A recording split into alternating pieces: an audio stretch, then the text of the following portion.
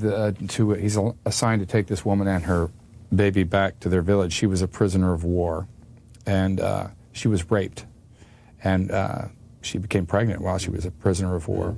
You know, and he takes them back to her home village, and she's rejected by her family and people. It really does show you.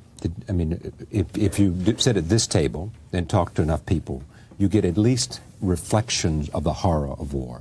You know, that it is not just soldiers and combatants who are killed. You see it in every way. And especially have we seen it now because of the power of television and media.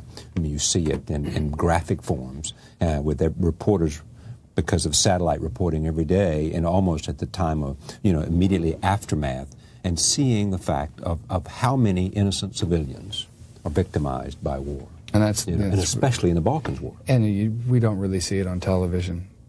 Being there, I mean, I went to Sarajevo, and to be there is a much different experience than seeing it on television. It's something completely outside of my realm. Tell me about that. Well, I went there for one day to Sarajevo. There was to get out of the airport and see blocks upon blocks of apartment buildings and homes that are just rubbled, completely leveled to the ground, and they can't even go back and clean them up because they're mined. Yeah. And children are playing, you know, among the rubble still. There's not one building that didn't have some kind of war damage, and I think the most devastating of all was to see the skating rink there in the center of the city that was used for the Olympics, and about 20 to 30 acres around that, which was the parking lot, is a makeshift graveyard where Croats, Serbs, and Muslims would bring their dead at night because of the snipers.